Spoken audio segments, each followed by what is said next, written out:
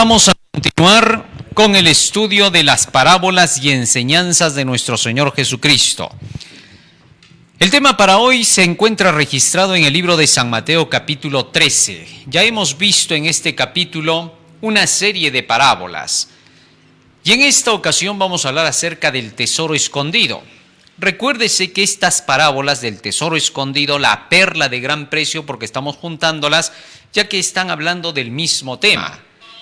En estas parábolas nosotros vemos la explicación de lo que Jesús había estado diciendo más antes, en los versículos anteriores, cuando habló de la parábola del sembrador, la parábola del trigo y la cizaña, la parábola de la semilla de mostaza.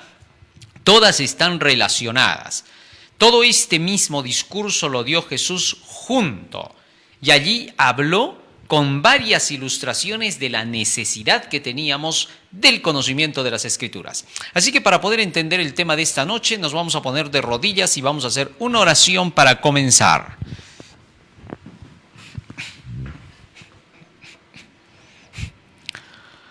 Bondadoso Padre que moras en los cielos, estamos agradecidos a ti porque nos das la vida y la salud, y te rogamos, Padre Santo, que tu presencia esté con nosotros para poder entender tu santo mensaje. Que estas palabras puedan quedar grabadas en nuestra mente y corazón y ser el motor que impulse, Señor, nuestras acciones. Porque te lo rogamos en el nombre de Jesús. Amén. Amén, Señor.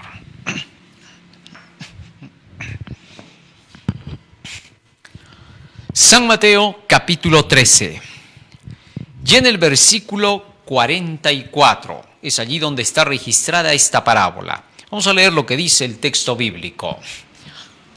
San Mateo 13:44, dijo Jesús: además el reino de los cielos es semejante a un tesoro escondido en un campo, el cual un hombre halla y lo esconde de nuevo, y gozoso por ello va y vende todo lo que tiene y compra aquel campo.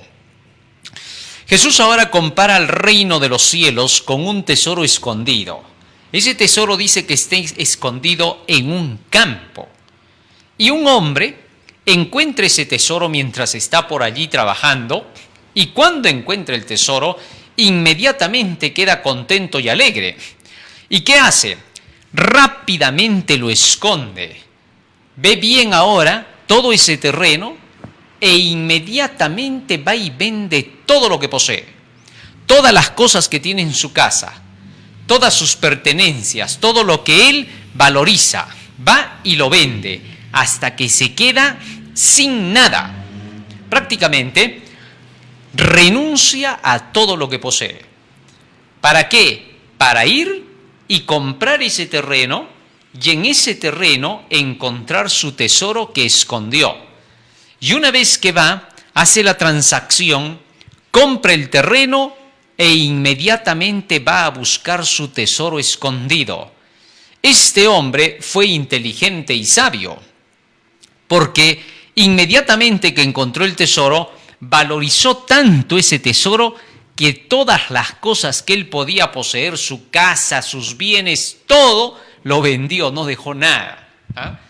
Y entonces fue y se compró el campo. Semejante a esa parábola es la siguiente, la del versículo 45 y 46. Nos dice allí la Escritura: también el reino de los cielos es semejante a un mercader que busca buenas perlas, que habiendo hallado una perla preciosa, fue y vendió todo lo que tenía y la compró. Ahora Jesús compara otra vez al reino de los cielos, pero esta vez con un mercader que valorizó una perla muy hermosa. Era un comprador de perlas preciosas, estaba coleccionando varias de estas perlas, le encantaba coleccionarlas, porque veía que en todas estas perlas había belleza, pero entre todas esas perlas que él tenía, esta que él vio era mucho mejor, era superior a todas las demás perlas. Así que inmediatamente fue y se deshizo de todo lo que tenía, obviamente incluidas todas esas perlas que él coleccionaba. Vendió sus posesiones hasta que no le quedó nada. Y con todo ese dinero que vendió, fue y compró la perla preciosa. Y una vez que obtuvo la perla preciosa, aunque no tenía otra cosa, no tenía nada porque todo lo vendió, esa perla preciosa para él era toda su vida. Así Jesús compara al reino de los cielos en esta segunda parábola. Y luego el Señor menciona cuán importante es que esa perla preciosa y ese tesoro escondido estén dentro del ser humano, porque eso brindará la personalidad en el individuo que la tenga. Vamos a ver lo que dice Jesús. Versículos 52, 51 y 52. Nos dice así la Escritura. San Mateo 13, 51 y 52. Dice allí, Jesús les dijo, ¿habéis entendido todas estas cosas? Refiriéndose a las parábolas que había mencionado. Ellos respondieron, sí, Señor. Él les dijo, por eso todo escriba, docto, en el reino de los cielos es semejante a un padre de familia que saca de su tesoro cosas nuevas y cosas viejas. Ahora Jesús les dijo, ¿han entendido todas esas parábolas? Sí, muy bien, les dijo Jesús. Por eso, todo escriba docto, todo aquel que es un doctor en conocimiento de las Escrituras, es un hombre que sabe sacar tesoros viejos y nuevos de esas Escrituras. Vamos a ver, en resumen, qué cosa quiso decir Jesús con estas comparaciones. En primer lugar, analicemos desde el versículo 44. Dice, además el reino de los cielos es semejante a un tesoro escondido. El reino de los cielos, ya hemos dicho que es el Evangelio, la palabra de Dios, y Jesús está comparando a ese Evangelio con un tesoro, le está dando el valor de un tesoro. ¿Por qué? Es que ya desde el Antiguo Testamento, los profetas, los mensajeros del Señor, habían escrito en relación con lo que era el tesoro las siguientes palabras. Libro de Proverbios. Hablemos del gran sabio Salomón, el hombre más rico de la tierra que existió en sus días. Proverbios capítulo 2, versículo 1 hasta el 5. No olvidemos que Salomón llegó a atesorar tantas riquezas y le traían riquezas de todo el mundo, todas las naciones, le traían riquezas. Fue el tiempo cuando David había dejado establecido el reino de Israel.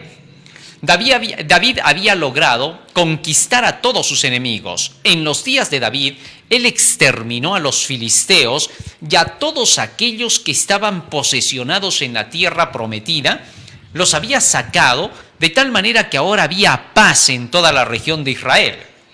Y entonces Dios le dijo a David, David, mira que tú ya has cumplido tu tarea. Tú has hecho muchísimo por este pueblo, lo has llevado a la gloria, porque en los días de David, la nación hebrea prácticamente se había constituido en una potencia mundial. Así que entonces, obviamente del viejo mundo, porque todavía no se conocía la parte de América. Entonces, Dios le dijo a David, ¿sabes? Ahora quiero que se construya mi casa, porque David le había prometido a Dios que él quería hacerle una casa. Y especialmente de todos sus tesoros, David había dicho, yo he separado tanto de mis tesoros personales como también de los tesoros de la casa, del tesoro que se guardaba, todo el dinero, así se llamaba la casa del tesoro, que se guardaba todo el dinero que venía para las arcas del crecimiento de la nación israelita.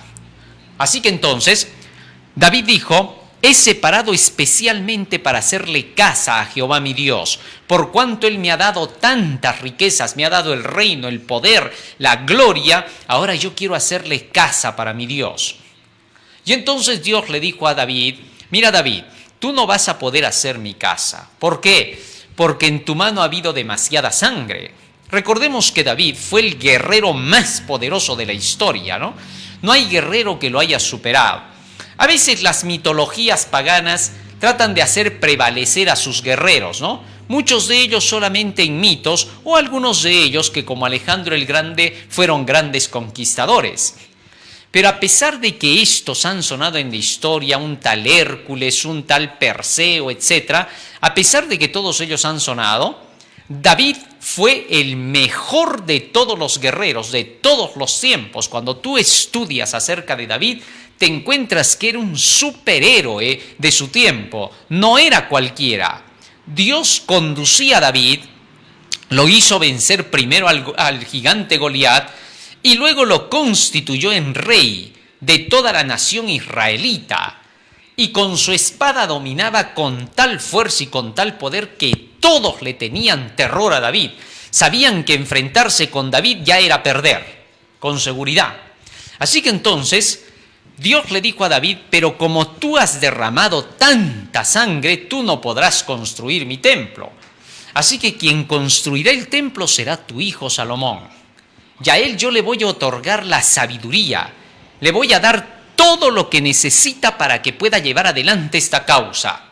Así que entonces, cuando Dios se presentó a Salomón, Salomón le dijo a Dios: Señor, solo quiero una cosa de ti. Y Dios le dijo: pídeme lo que tú quieras, yo te voy a dar. Solo solicita, ¿qué necesitas? Porque a tu padre David yo le hice promesas y se tienen que cumplir. ¿Qué pides de mí?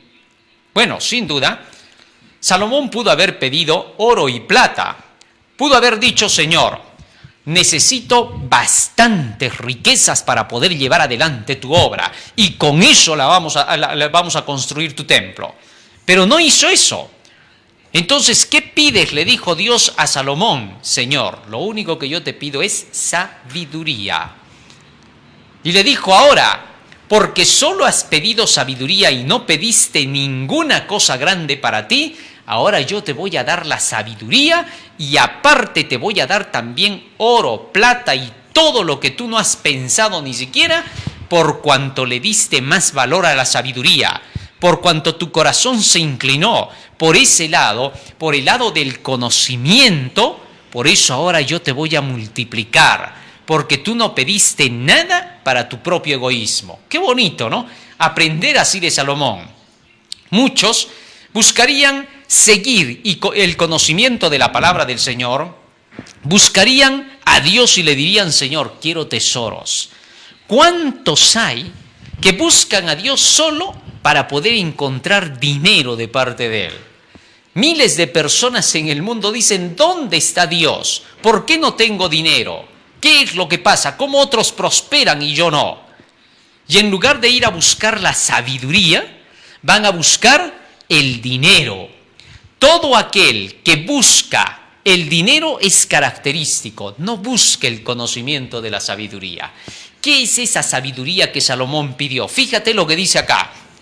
Proverbios capítulo 2, verso 1 al 5, dice así la Escritura: Hijo mío, si recibieres mis palabras y mis mandamientos guardares dentro de ti, haciendo estar atento tu oído a la sabiduría, si inclinares tu corazón a la prudencia, si clamares a la inteligencia y a la prudencia dieres tu voz, si como a la plata la buscares y la escudriñares como a tesoros, entonces entenderás el temor de Jehová y hallarás el conocimiento de Dios. Fíjate lo que dice aquí la Escritura.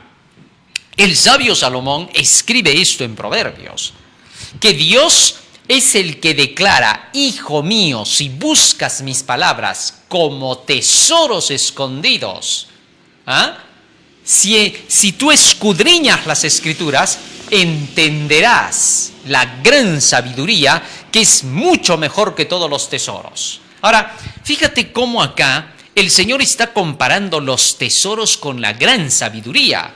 Así que entonces, cuando Salomón estaba pidiendo sabiduría a Dios, lo que estaba pidiendo era enseñanza de parte de Dios para saber gobernar. Y Dios le dijo: como tú no me has pedido riquezas, sino que me has pedido conocimiento, yo te voy a dar las riquezas, porque con conocimiento tú vas a saber administrar las riquezas.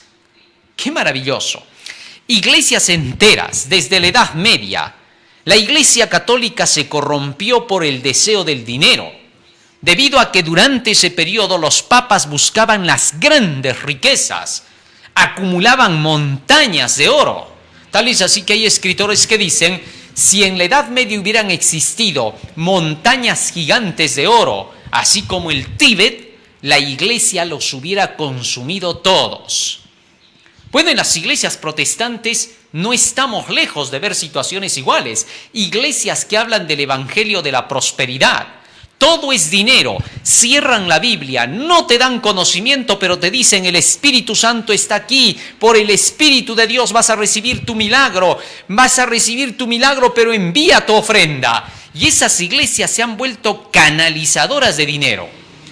¿Cómo vas a reconocer una iglesia o un lugar que solo está buscando dinero cuando no te dé el conocimiento de la sabiduría? Eso es fácil de darse cuenta. Si en una iglesia viene su dirigente y solamente te dice, Dios te ama, todo es amor, tú solo vive en amor. Sí, pastor, ya sabemos que Dios nos ama, que hay que vivir en amor. Nos puede enseñar la Biblia, no necesitas tanto conocimiento. El conocimiento no te va a salvar, lo que te va a salvar es Jesús. Ya sabes que ese tipo de predicador solo busca dinero. ¿Por qué? Porque no da la sabiduría. Dios le dijo a Salomón, como tú no pediste dinero, ni oro, ni plata, tú me pediste sabiduría, conocimiento de la palabra, conocimiento de la ley de Jehová. Porque la sabiduría, dice acá, el texto que hemos leído, sale de la palabra de Dios. Cuando una persona estudia la palabra del Señor, está recibiendo la sabiduría de Dios. Y cuando tú buscas esa sabiduría, estás demostrando que estás buscando la salvación. ¿Sabes tú por qué aprendes la Biblia? Aprendemos la Biblia cuando vamos a buscar cómo salvarnos en ella. Y cuanto más estudias, cuanto más lees, buscas con ansias qué puedes hacer para salvarte. El qué debo hacer para salvarme se encuentra en la Biblia. Entonces, como tú vas buscando, vas encontrando ese tesoro. Lo vas desenterrando. A medida que lees y escudriñas más la Biblia, llega un punto en que encuentras maravillas en ella. Y al encontrar esas maravillas, ahora abandonas cualquier oferta de este mundo. Este mundo te puede ofrecer 1000 cosas. En lugar de que estés con tu Biblia, te dice el mundo, perdiendo tu tiempo con un libro de ocioso, todavía te dicen así, ¿no? Los ociosos que solo buscan la mundanalidad le dicen ocioso al que busca la Biblia. Es increíble, es todo al revés. El mundo mira de cabeza. Jesucristo en una ocasión contó en una parábola de un hombre que vio a varios que estaban ociosos en la plaza. Y fue y les dijo, ¿qué hacéis ociosos aquí? Id a mi viña y yo les voy a pagar, les dijo, un talento si van a trabajar. Así que para el Señor, ociosos eran aquellos que no se dedicaban a su viña. En cambio, los que se dedican al estudio de la palabra del Señor, a evangelizar a otras personas, nunca son los ociosos. Los ociosos son los que no quieren dedicarse a la palabra. Miles de personas dentro de las iglesias que se llaman cristianas son grupos de ociosos espirituales. No se dedican a salvar su alma ni las almas de los demás, pero en su ociosidad solo buscan el placer, ganancias de dinero, hacer grandes empresas. El buscar todas esas fantasías del mundo, Dios le llama ociosidad. En cambio, el buscar la Biblia y dedicarse a trabajar para hacer la obra del Señor, Dios le llama trabajador. Qué interesante, ¿no? Y nosotros vemos las cosas al revés. Pero las cosas como Dios las ve son distintas. Aquellos que se dedican a la labor de comunicar el Evangelio, a la vez que se dedican a sus labores mientras todavía no son grandes misioneros de la palabra del Señor, Dios los acompaña y les dice, este está trabajando en mi viña. Así que todos tenemos un llamado de Dios a eso, a tener que participar de su viña. Pero ahora fíjate en lo que dice acá. A través del estudio de las Escrituras, tú llegas a obtener la sabiduría. Y cuando obtienes esa sabiduría, ahora, porque conoces el camino, Dios pone en tus manos todo lo demás para que esta verdad pueda ser comunicada al mundo. Interesante. Fíjate lo que dice en el libro de Deuteronomio, Moisés hablando de la sabiduría. Deuteronomio, capítulo 4, versículos 5 y 6, nos dice el profeta: mirad, yo os he enseñado estatutos y decretos como Jehová mi Dios me mandó, para que hagáis así en medio de la tierra en la cual entráis para tomar posesión de ella. Guardadlos pues y ponedlos por obra, porque esta es vuestra sabiduría y vuestra inteligencia ante los ojos de los pueblos, los cuales oirán todos estos estatutos y dirán: ciertamente pueblo sabio y entendido, gente grande es esta. Así que cuando tú buscas los mandamientos de Dios, cuando tú analizas la palabra de Dios, cuando tú meditas en las enseñanzas de la palabra de Dios, tú estás sacando el tesoro que está escondido allí en ese campo, allí debajo de la tierra. Ahora, el campo hemos visto que representa a la casa del Señor, a la iglesia de Dios. Así que entonces, este hombre encuentra allí en la casa del Señor, a través de la iglesia, encuentra la verdad de la Biblia. Y es que Dios puso la iglesia para que sea la depositaria de su ley y que la haga conocer al mundo entero. Entonces, cuando este hombre encuentra la Biblia, aprende, ve ese tesoro escondido y se dedica por completo a buscar la verdad de Dios. Y cuando comienza a buscar así la verdad de Dios, empieza a descubrir las riquezas del conocimiento divino. Y pronto se da cuenta el hombre de que la riqueza no había estado en los metales de esta tierra, que la riqueza había estado en la sabiduría. Jesús lo demostró, los apóstoles lo demostraron. Esto es algo que suena locura para el mundo, porque el mundo piensa que el hacer riquezas, el hacer dinero, amasar fortunas, eso es el secreto de la vida. No, señor. Miles de personas pasan la vida amasando dinero. Juntan y juntan. Ya tienen buena cantidad. Pero de pronto se vuelven avarientos. ¿Por qué? ¿Qué es lo que les pasa? Resulta que cuando van teniendo más, miran a sus compañeros, a sus vecinos, y ven que los demás tienen más. Y entonces dices: poquito lo que tengo. No, ya tiene lo suficiente. Ya ha juntado buena cantidad, pero a él le parece poco. ¿Por qué? Porque siempre hay otros que tienen más. Eso es lo que sucede. Y si sigue creciendo y supera a sus vecinos, supera a sus conocidos, de pronto encuentra que hay otro más rico que él. Y cuando ve que el otro es más rico, él ve que a pesar de que tiene bastante, se siente pobre al lado del otro rico. O sea, nunca va a haber un límite para seguir buscando las riquezas materiales. Eso es lo que pasa. Y llega un punto donde se vuelve tan avariento que acumula y acumula grandes tesoros, monopoliza todos los negocios, los quiere tener controlados él. Ya se hace el más rico de la tierra, pero ahora quiere todo. ¿Por qué sucede eso? Sencillo. Porque no se dejó guiar por la sabiduría, porque pensó que el dinero iba a ser su felicidad. Pero cuanto más tiene, más quiere, y eso demuestra que no es feliz.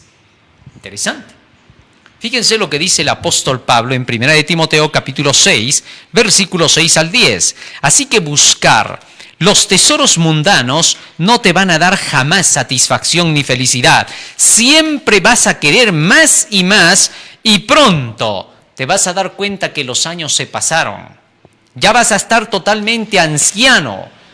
Vas a ver que tus días se están yendo y vas a decir: ¿por qué no he gozado de todo lo que tengo?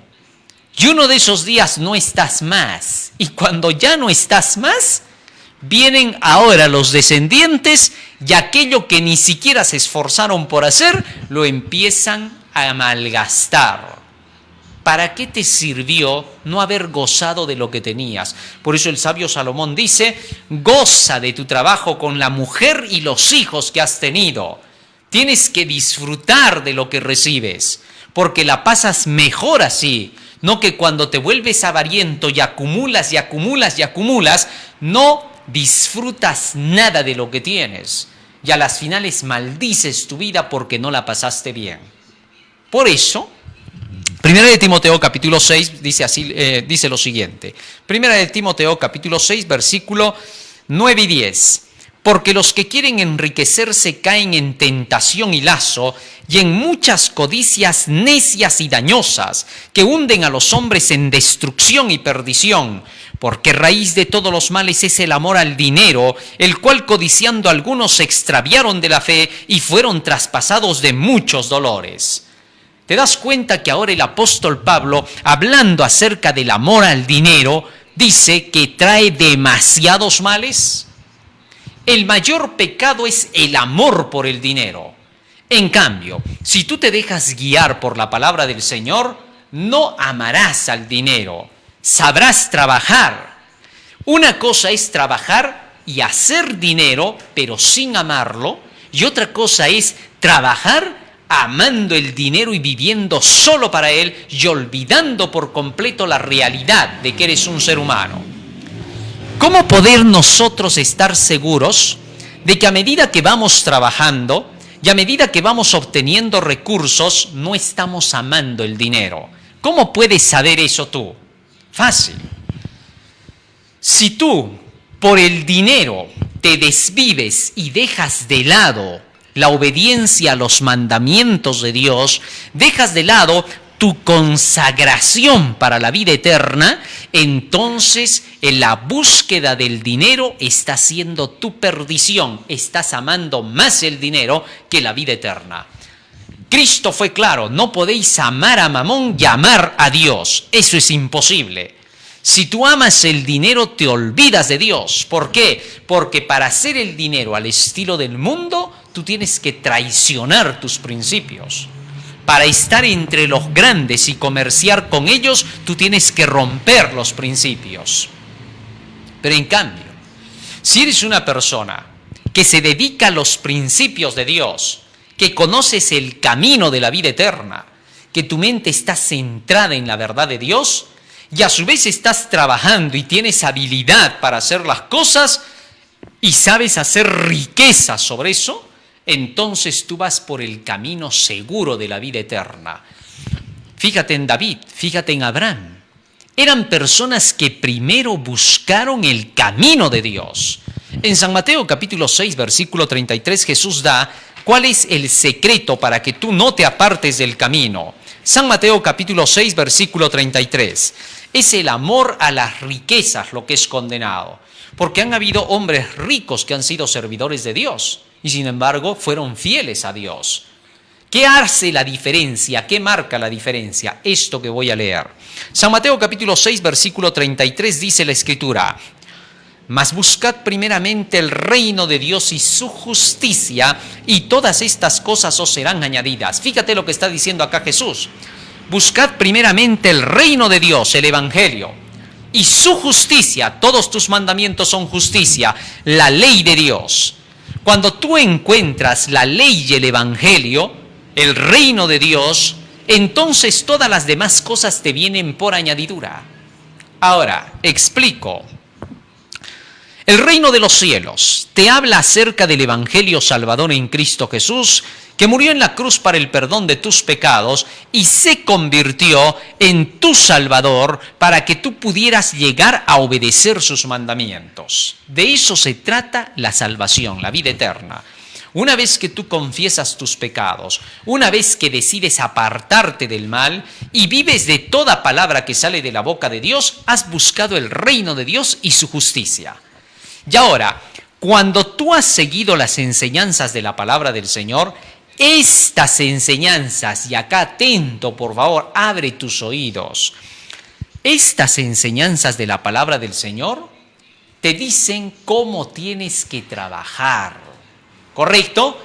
En estas enseñanzas se te da ejemplos de grandes hombres, los patriarcas, los profetas, los reyes, los apóstoles y el mismo Jesús.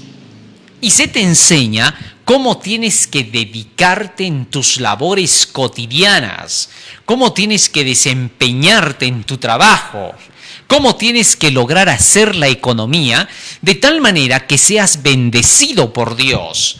Son las enseñanzas del libro, si las tienes dentro de ti, las que hacen posible alcanzar las necesidades de este mundo. Ahora, los grandes hombres de la antigüedad, hablando de Abraham, de José, que se hizo gobernador de Egipto, todo lo que poseían jamás dijeron que les pertenecía a ellos y que por lo tanto ellos podían hacer lo que quisieran con ese dinero, porque ellos sabían que Dios se los había puesto en las manos para un fin. ¿Cuál? Cuando tú estudias la historia de Abraham, de pronto te vas a dar cuenta que todas las riquezas que tenía Abraham las dedicaba para poder llevar adelante el conocimiento de Dios. Él iba viajando de lugar en lugar hasta establecerse en la tierra prometida, donde Dios le había dicho que tendría toda esa tierra para él y su descendencia. Tal es así que el Señor le empieza a proporcionar los ingresos a Abraham porque vio que Abraham era un hombre que guardaba todos sus mandamientos. Nos dice el libro de Génesis, capítulo 26, versículo 5. Muchas religiones, cuando hablan acerca de las posesiones que tenían estos hombres en la antigüedad, no dicen por qué Dios les dio. Simplemente dicen, Dios los bendijo. ¿Por qué? Porque ellos eran seguidores, creyentes de Dios y por esa razón pues les dio bastante. Y es por eso que algunos dicen, Dios sabe a quién le da. Si no te da a ti, me da a mí. Él sabe por qué. No, Señor. Aquí tenemos que ver cuáles son las verdaderas razones. Génesis 26:5 dice, por cuanto Abraham oyó mi voz y guardó mi precepto, mis mandamientos, mis estatutos y mis leyes. Fíjate lo que está diciendo el Señor de Abraham. Abraham dice, guardó mis mandamientos, mis preceptos, mis estatutos, mis leyes. Abraham era una persona que constantemente estaba oyendo la voz de Dios, las enseñanzas de Dios. Era conducido por el gran Jehová. Y Abraham no era rebelde, sino que contrario a eso buscaba hacer la voluntad de Dios. A pesar de que era un ser imperfecto como cualquier otro, Dios le decía, tú solo camina conmigo, avanza de acuerdo con las enseñanzas que yo te voy dando. Y yo voy a hacer de ti alguien grande, perfecto ante todos los hombres, para que todos sepan que yo te conduzco. Así que a medida que Abraham iba recibiendo las enseñanzas de Dios, estas enseñanzas hacían de Abraham lo que él llegó a ser. Y por esa razón, cuando Abraham ya estaba lleno del conocimiento de la palabra del Señor, lleno de la sabiduría de Dios, y Abraham demostró fidelidad a Dios, que quería hacer su voluntad, entonces Dios dijo, tú vas a administrar lo que yo te voy a dar. ¿Por qué? Porque yo confío ahora en ti. Eso es lo que tú tienes que buscar, como estos grandes hombres, que Dios llegue a confiar en ti, para que si pone algo en tus manos, en lugar de que eso te haga perder, lo utilices como lo hicieron los patriarcas y los profetas. Pero si eres una persona que no te gusta el estudio de la Biblia, que no te quieres conducir por los principios de Dios, Dios no puede confiar en ti. Y el día que tú amases riquezas y que a pesar de eso sea Dios quien te las permita, tú te apartarás de Dios. ¿Por qué? Porque no sabes administrar las riquezas. Saber administrar las riquezas significa conocer los mandamientos de Dios para saber cómo te va a conducir para que sepas utilizarlas. Mientras no leas la Biblia, Dios no puede confiarte nada. Así de sencillo. Fíjate lo que dice en Génesis capítulo 18. ¿Qué dijo Dios acerca de Abraham? Fíjense lo que dice acá. Génesis capítulo 18. Génesis capítulo 18, versículo 16. 17. Génesis 18, 17 dice, y Jehová dijo, ¿encubriré yo a Abraham lo que voy a hacer? Habiendo de ser Abraham una nación grande y fuerte, y habiendo de ser benditas en él todas las naciones de la tierra, porque yo sé que mandará a sus hijos y a su casa después de sí, que guarden el camino de Jehová, haciendo justicia y juicio, para que haga venir Jehová sobre Abraham lo que ha hablado acerca de él. Fíjate la confianza que Dios tenía en Abraham. Dios dijo, yo sé que Él mandará su casa después de sí, para que hagan mi voluntad y guarden mis mandamientos y vivan en justicia. Para que Dios haya confiado así en Abraham, Abraham tuvo que haber demostrado que sus oídos estaban abiertos a la sabiduría, como a tesoros los guardaba dentro de su corazón, atesoraba cada palabra de Dios, como en el caso que se dice de la Virgen María. Dice, cada vez que ella veía las cosas mientras criaba al niño Jesús, atesoraba en su corazón todas esas cosas que iba aprendiendo y que Dios le estaba dando a conocer. Entonces, los tesoros de Dios están dentro de su palabra. Tal es así que el apóstol Pablo, fíjate lo que dice en Colosenses capítulo 2 acerca de estos tesoros de la sabiduría divina. Libro de Colosenses. Entonces, los hijos de Dios lo primero que tienen que hacer es buscar este conocimiento. Después de buscar el conocimiento de la sabiduría, después de tener el tesoro de la palabra, deben esconderlo en su corazón. Como este hombre que cuando sacó el tesoro, lo encontró, lo volvió a esconder en la tierra. La tierra representa al ser humano. Una vez que tú encontraste la sabiduría, ahora la tienes que esconder dentro de ti, atesorarla, guardarla dentro de ti. La palabra esconder aquí significa que la guardas dentro de ti, ahí donde nadie la ve. En tu cabeza tú la guardas, nadie la ve. ¿O acaso cuando alguien te mira, te dice, oye, en tu cabeza se ve el conocimiento? No. Eso lo tienes ahí escondido. Y ese tesoro que tienes ahí escondido va a ser el que dé valor a tu vida. Tal es así que entonces el apóstol Pablo nos dice lo siguiente. Colosenses capítulo 2, versículo 2 y 3. Escucha lo que dice acá. El apóstol Pablo oraba por todos los cristianos, para que sean consolados sus corazones, unidos en amor, hasta alcanzar todas las riquezas del pleno entendimiento, a fin de conocer el misterio de Dios el Padre y de Cristo, en quien están escondidos todos los tesoros de la sabiduría y del conocimiento. ¿Qué te parece? Aquí el apóstol Pablo dice que todo el conocimiento del Evangelio, de la palabra de Dios, de conocer a Dios y a Jesucristo, porque en ese libro se le conoce. No tienes otro lugar donde conocerlo. A Dios se le conoce a través de su palabra, de su evangelio. Los que estudian la Biblia podrán llegar a comprender quién es Jehová el Creador, entenderán la historia de este mundo, desde sus comienzos hasta el final.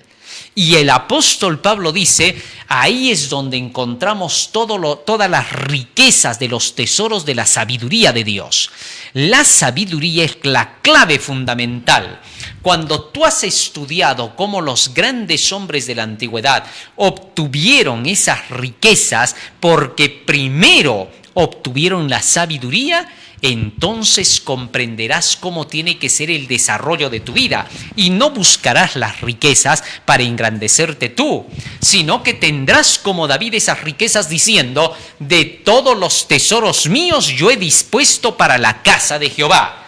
Así también, el que verdaderamente hace tesoros por la voluntad de Dios se nota al kilómetro, siempre estará dispuesto que todos sus tesoros sean para el momento que Dios los necesita. Y cuando Dios te los pide y te dice, se necesita para mi causa, se necesita para mi obra, tú no cerrarás jamás el corazón, sino que dirás, Señor, aquí está, lo tuyo a tu mano te doy. Como decía David, lo que es tuyo a tu mano te damos. Ahí se conoce cuando estás lleno de la sabiduría de Dios. Solo aquel que tiene el conocimiento de la verdad sabrá cómo actuar con lo que Dios le ha puesto en las manos como mayordomo. Porque la sabiduría viene de Dios, el poder viene de Dios. En el libro de Deuteronomio dice claramente el Señor, no vaya a ser que cuando hagas las riquezas digas mi poder, mi mano lo hizo. Porque entonces Jehová tu Dios te traerá maldición. Porque no estás reconociendo que Jehová es el que te da las fuerzas y la sabiduría para hacer las riquezas. Qué interesante. Ahora bien, teniendo esto en cuenta, aquel hombre que comenzó a llenarse del conocimiento de la palabra de Dios es el que empezó a atesorar toda esa verdad. Y muy pronto, al atesorar toda esa verdad, fue y se deshizo de todas aquellas otras cosas que en este mundo él valorizaba. Sí, en este mundo hay muchas cosas que a veces valorizamos cuando no conocemos la palabra de Dios. Luchamos y nos esforzamos por querer alcanzar alturas como los mundanos. Vemos que el mundano de la esquina tiene bastante dinero y queremos ser como él. O lo vemos en fiestas y diversiones y queremos también eso. Sufrimos, nos amargamos la vida porque no podemos ser como ellos. ¿Sí? ¿Cuántos cristianos incluso hay que dentro de la iglesia sufren? ¿Sabes por qué sufren? Porque miran al otro y dicen, ¿por qué unos nacen con estrella y otros nacemos estrellados? Su queja constante es esa. Una queja como esa es un insulto a Dios. ¿Por qué? Porque eso está demostrando que no sabes lo que es la vida, que estás comparándote con el otro. Tú no sabes cómo ha hecho el otro su dinero. Tú no sabes cómo ha llegado hasta ese nivel. Nadie llega de la noche a la mañana. Pero si tú te pones a mirar a esos, pronto te vas a desanimar.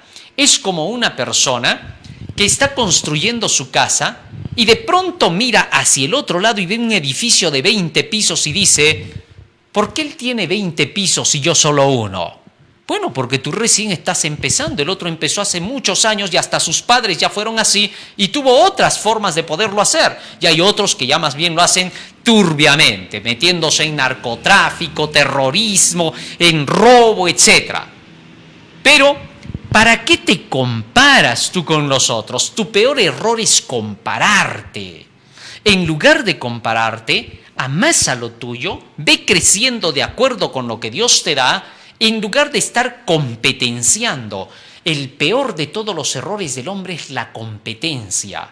Fíjate lo que cuenta incluso el espíritu de profecía acerca de Abraham.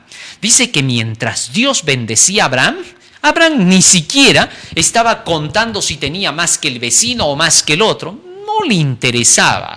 Abraham trabajaba, juntaba, economizaba porque no se dedicaba a ningún vicio. Desde que Abraham comenzó a seguir a Dios, no se dedicó jamás a lo que hacían los paganos idólatras. Así que como Abraham sabía economizar de esa manera, pronto comenzó a crecer lo que tenía, pero él ni se daba cuenta. Para nada. ¿Por qué? Porque él solo vivía para su familia, para los que tenía con él y trabajaba como Dios le mandaba. ¿Cómo? Todos los días con el sudor de la frente. Esa era la vida de Abraham. Gozaba con todos en su casa, con su esposa, con su hijo, que luego vino Isaac, la pasaba muy lindo. Él vivía para su casa, para su hogar, haciendo la voluntad de Dios. Y pronto la Biblia nos cuenta que se convirtió en un gran príncipe de toda esa tierra, porque Abraham era reconocido como uno de los más grandes y se cumplió lo que Dios le dijo. Si guardas mis mandamientos, si haces mi voluntad, yo haré de ti una gran nación. Y tu nombre sonará por toda la tierra y serás bendición para los demás. Eso fue lo que Dios le dijo. Y se cumplió. Pero ¿sabes cómo se cumple? A la manera de Dios.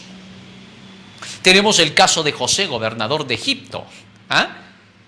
Dios quería que José fuese alguien grande para que lleve su evangelio. Desde pequeño ya José tuvo sueños en los cuales veía que sus hermanos se postraban ante él y su padre y su madre. Y un día de esos Jacob le reclamó, ¿qué cosa estás queriendo decir? ¿Que tu madre y yo y tus hermanos nos vamos a postrar ante ti? Y renegó con Jacob. Dios tenía el plan porque quería que José tuviera que ir hasta Egipto para llevar la luz del evangelio. Pero para llegar a ser gobernador en Egipto, tú lees su historia y Dios tuvo que educarlo a su manera. Fíjate cómo. Primero, lo puso en las manos de Jacob. Y Jacob comenzó a criarlo bien porque le empezó a enseñar los mandamientos de Dios. Pero llegó un momento en que Jacob, como ser humano, imperfecto como cualquier otro ser humano, a pesar de que era un gran patriarca del Señor, a pesar de eso, cometió un tremendo error. ¿Qué cosa hizo? Comenzó a mimar a José. Le hizo su vestidito especialmente de colores donde solamente ese tipo de vestidos usaban los más ricos desde su tiempo. Y le preparó especialmente ese vestido para él. Esto llenó de envidia a sus hermanos. Así que a Jacob se le fue la mano por ser favoritista para con José. Así que entonces Dios vio eso y dijo, no, este Jacob me va a malograr el plan. Yo quiero que José sea un gran administrador poderoso que lleve la luz al mundo a través de la potencia de Egipto. Pero Jacob me lo está malogrando porque lo está volviendo engreído. Le está tolerando lo que yo no he dicho que le tolere. Así que, ¿qué hizo Dios? Se lo quitó y lo hizo vender por sus propios hermanos.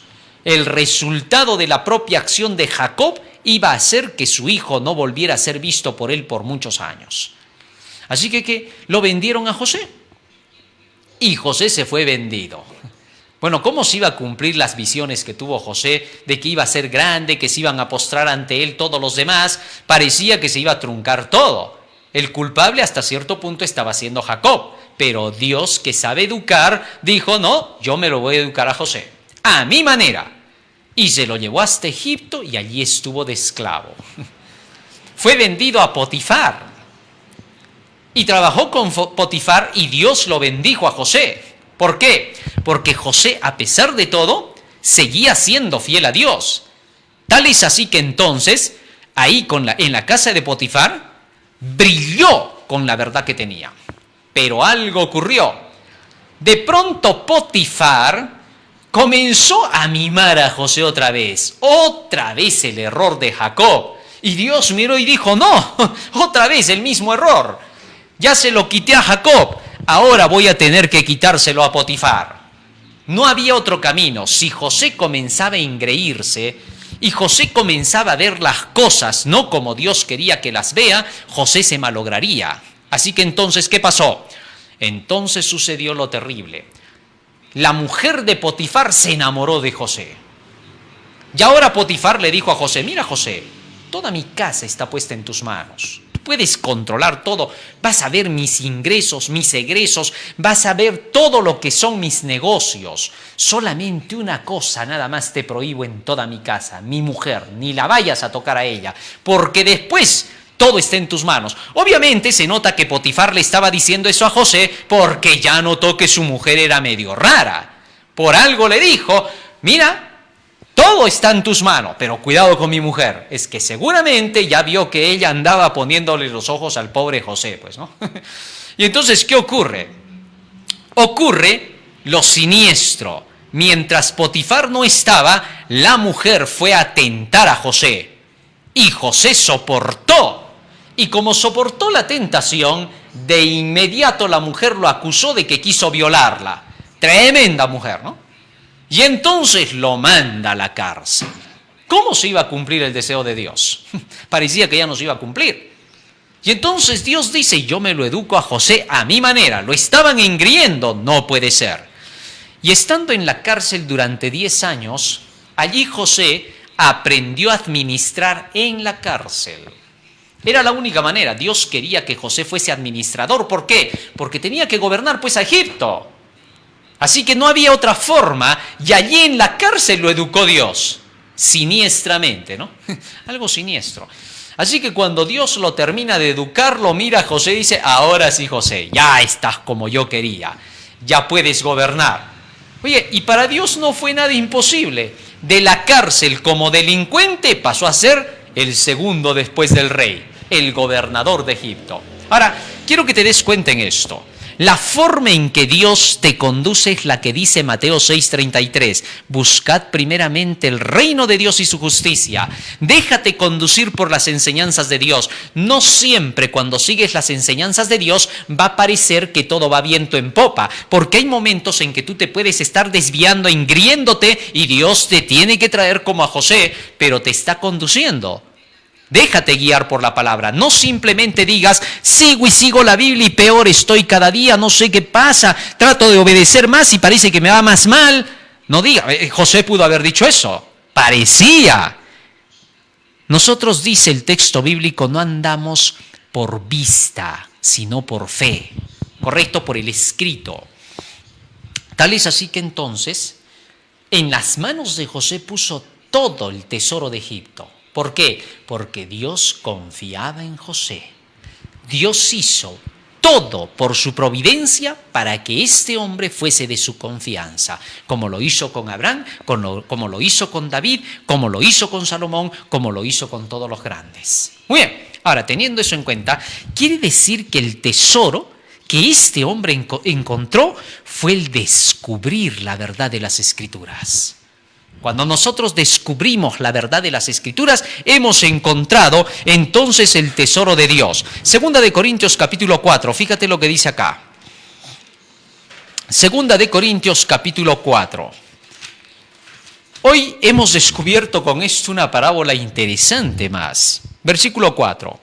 En los cuales el Dios de este siglo cegó el entendimiento de los incrédulos, para que no les resplandezca la luz del Evangelio de la gloria de Cristo, el cual es la imagen de Dios. Fíjate, el apóstol Pablo está hablando de la luz del Evangelio, de conocer el Evangelio.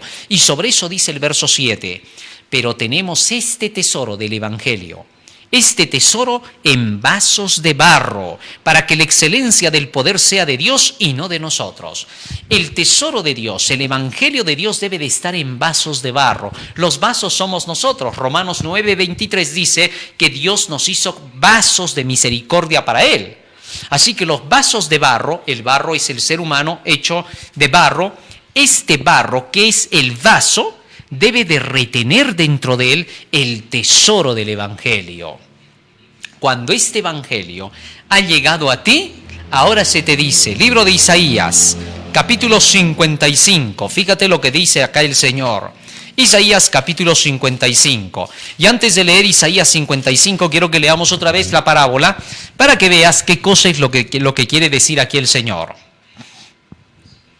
Además, el reino de los cielos es semejante a un tesoro escondido en un campo, el cual un hombre halla, es decir, la palabra de Dios, y lo esconde de nuevo, lo guarda dentro de sí, y gozoso por ello va y vende todo lo que tiene y compra aquel campo. ¿Qué cosa significa comprarse el campo? Muy bien, vamos a ver qué cosa es comprarlo. Bueno, muchos acá han encontrado cierta rareza porque dicen, ¿cómo? O sea que hay que comprar el Evangelio, ¿cuesta el Evangelio? ¿La salvación se gana comprándola? Bueno, te voy diciendo que Jesús ya la compró en la cruz del Calvario. Pero ¿por qué entonces la parábola dice y va y compra? Y dos veces lo repite. Vamos a los siguientes versículos para la perla de gran precio. Fíjate lo que dice. Dice acá, también el reino de los cielos es semejante a un mercader que busca buenas perlas, que habiendo hallado una perla preciosa fue y vendió todo lo que tenía y la compró. Otra vez se vuelve a mencionar comprar. Por eso muchos confunden esto. Iglesias como la Iglesia Católica confundió estas palabras y comenzó a enseñar que había que hacer muchas obras entonces para poder llegar al cielo y que así se obtenía este tesoro celestial. Pero vamos a ver qué cosa dice la Biblia. Isaías capítulo 55, y vamos a ver qué tienen que ver las buenas obras en relación con el tesoro. Fíjate en esto. A todos los sedientos venid a las aguas, y los que no tienen dinero, venid, comprad y comed, venid y comprad sin dinero y sin precio vino y leche. O sea que la salvación no se compra con dinero. Entonces, ¿cómo se hace? Sigue diciendo acá, ¿por qué gastáis el dinero en lo que no es pan, en lo que no es la palabra de Dios, y vuestro trabajo en lo que no sacia? Oídme atentamente y comed del bien, y se deleitará vuestra alma con grosura. Inclinad vuestro oído y venid, oíd, y vivirá vuestra alma, y haré con vosotros pacto eterno, las misericordias firmes a David. Fíjate lo que está diciendo acá. Compra, dice, compra la verdad, compra la palabra, compra el pan de vida, no gastes tu dinero en otra cosa. Y como dice, ven y escucha, inclina tu oído. Cuando vienes a escuchar la palabra del Señor, allí estás comprando. El tesoro, esta compra que se hace de este tesoro, de este campo para que lo logres y de esta perla preciosa, lo haces estudiando la palabra del Señor. Y cuando sigues leyendo y leyendo la palabra del Señor, tú estás comprando la palabra de Dios. ¿Por qué? ¿Con qué la estás comprando? Con la sangre de Cristo que pagó para que esto sea tuyo. Toda la Biblia es una promesa para ti, es el testamento de Dios para ti. ¿Te diste cuenta?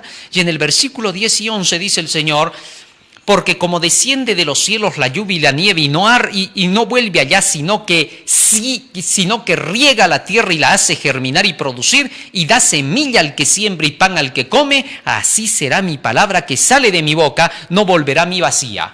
Entonces, comprar ese tesoro, comprar esa palabra del Señor significa estudiarla.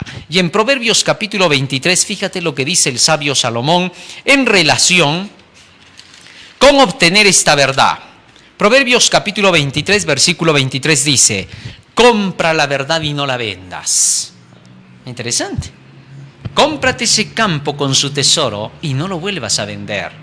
Asegúrate de quedarte con el tesoro. Estudia la palabra del Señor y no la sueltes. ¿Por qué?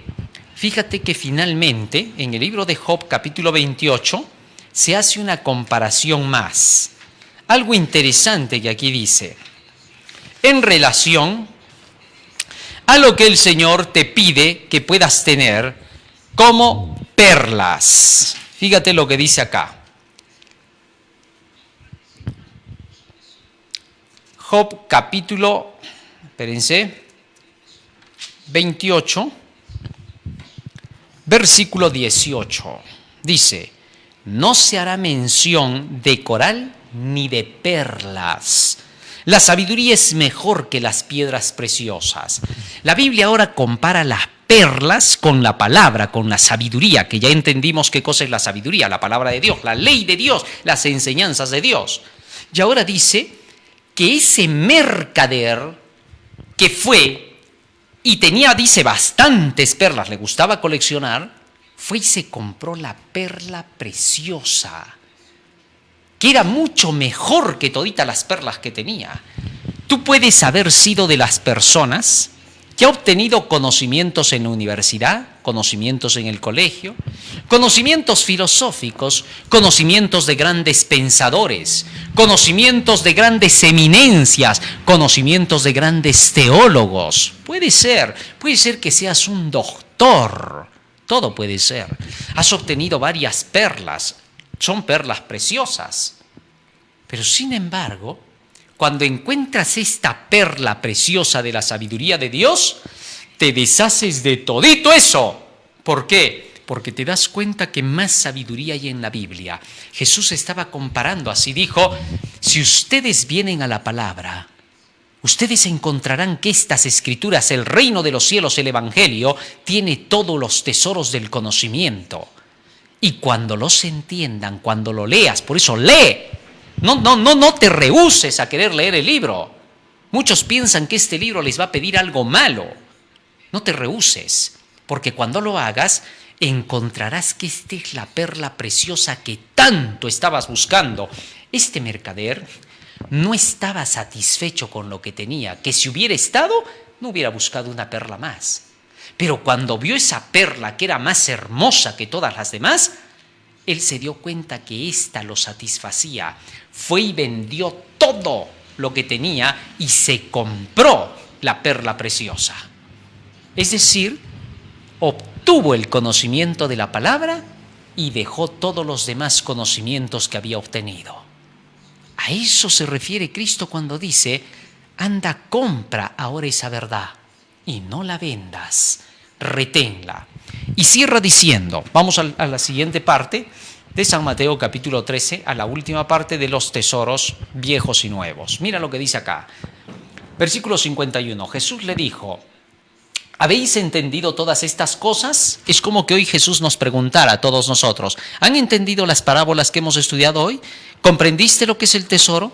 ¿Ya te diste cuenta lo que significa la perla de gran precio? Sí, muy bien. Ya que habéis entendido estas cosas, ellos respondieron, sí, Señor. Él les dijo, por eso, todo escriba docto en el reino de los cielos es semejante a un padre de familia que saca de su tesoro, que saca de la palabra de Dios cosas nuevas y cosas viejas, cosas del Nuevo Testamento y cosas del Viejo Testamento. Así que entonces, el verdadero padre de familia, el que verdaderamente conduce a la iglesia, ahora esto te debe de quedar claro. Cierro con esta parte. Jesús dijo en el libro de San Mateo 24. Lo vamos a leer, porque con eso ya vamos a cerrar nuestro tema. Escucha lo que dice acá. San Mateo capítulo 24. Fíjate esta pequeña parabolita que puso acá Jesús, esta pequeña ilustración. Y en el versículo 45, fíjate lo que dice acá. ¿Quién es pues el siervo fiel y prudente, al cual puso su Señor sobre su casa para que les dé el alimento a tiempo? Fíjate lo que ahora está diciendo el Señor. Dios ha puesto siervos que hagan el papel del padre de familia. Y estos dice que son los que dan el alimento, la palabra de Dios, a tiempo. Los que se llenan del Viejo Testamento y del Nuevo Testamento y pueden enseñarle a la gente la palabra del Señor, esos son aquellos a quienes Dios dice, tú vas a conducir mi iglesia. A ti te estoy dando la potestad de poder llevar adelante a mi pueblo, como se lo dio a Moisés, como se lo dio a los grandes, como al mismo Jesús le dio su Padre. Esta es la tarea que tenemos. Por eso, presidente de la Asociación General, presidente de misión, de unión, división, pastor de iglesia, administrativo, el Señor quiere que tú te llenes de este conocimiento. Llénate de la palabra. En lugar de decir, ¿para qué tanto conocimiento? Quítate a ese demonio que te hace decir eso. Sácalo de ti. ¿Por qué? Porque tú necesitas ser ese escriba docto para conducir bien a la iglesia, para que el pueblo del Señor marche por prados verdes donde hay alimento. Dios quiera que así sea. Cada uno de nosotros oremos para que el Señor pueda proporcionar este tipo de personas que puedan conducir a su pueblo. Dile a tu pastor que se dedique más, que para eso es que se le paga, para eso es que está como pastor, para que conduzca al pueblo.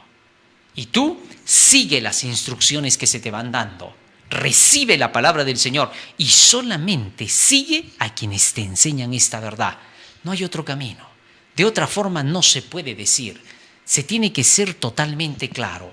Aquellos que te enseñan la palabra son los únicos a quienes Dios está poniendo para que conduzcan a su pueblo en estos últimos días. La promesa del Señor es, enviaré nuevamente, dice, Espíritu de gracia, para conducir a mi pueblo. Y al igual que en la antigüedad, como a mi siervo David, así también les pondré ahora para que pueda ser guiado el pueblo del Señor. Léete el libro de Ezequiel para que comprendas cómo hará su tarea el Señor en estos últimos días. Vamos a pedirle a Dios en oración que nos ayude para poder atesorar estas riquezas de la palabra del Señor. Nos vamos a poner de rodillas.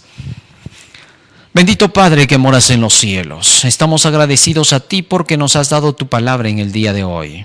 Te rogamos que todo lo que hemos aprendido pueda quedar, Señor, atesorado en nuestros corazones para poder poner por obra en nuestras acciones aquello que hemos aprendido.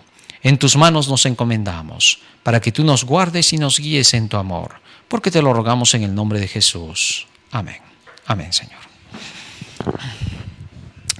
Muy bien, querido hermano, hoy hemos aprendido 3 parábolas más. Así que estamos prácticamente bendecidos por el Señor porque estamos aprendiendo lo que Jesús enseñó hace 2000 años. Él mismo nos sigue conduciendo hasta el día de hoy. Es la misma palabra que siempre estuvo en el mundo. Y que cuando esta palabra hace 2000 años se hizo carne entre nosotros, nos dejó la luz para que tengamos que seguirla y compartirla. Así que a repasar nuestras Biblias. Luego de que hemos estudiado, tú sigues repasando. Y si hay cosas que no entiendes, no te preocupes, que cuando toquemos esos temas las entenderás. No te olvides, estamos en Face, estamos en YouTube, estamos en Twitter, estamos a través del canal El Último Llamado Divino. Así que puedes sintonizarnos en ese canal, pasa la voz a tus amigos, comparte. Estamos en la UGA, Asociación de Universitarios Adventistas del Último Llamado Divino. Estamos en el hashtag del Último Llamado Divino, estamos en el departamento de publicaciones del Último Llamado Divino, así que a través de estos canales puedes ver el mensaje. Estamos en el magazine de Buena Fuente, Daniel y el Apocalipsis, y otros temas más profundos de la Biblia. Estamos también a través de Radio Líder a las 5 de la tarde para la localidad con los temas que hemos tratado y estamos tratando de las parábolas y enseñanzas de Jesucristo. Y en YouTube, 9 y 3 de la tarde con Daniel y el Apocalipsis. Así que tenemos bastante comida, bastante material. Dios te bendiga, querido hermano mío. Un feliz sábado para cada uno de ustedes. Amén.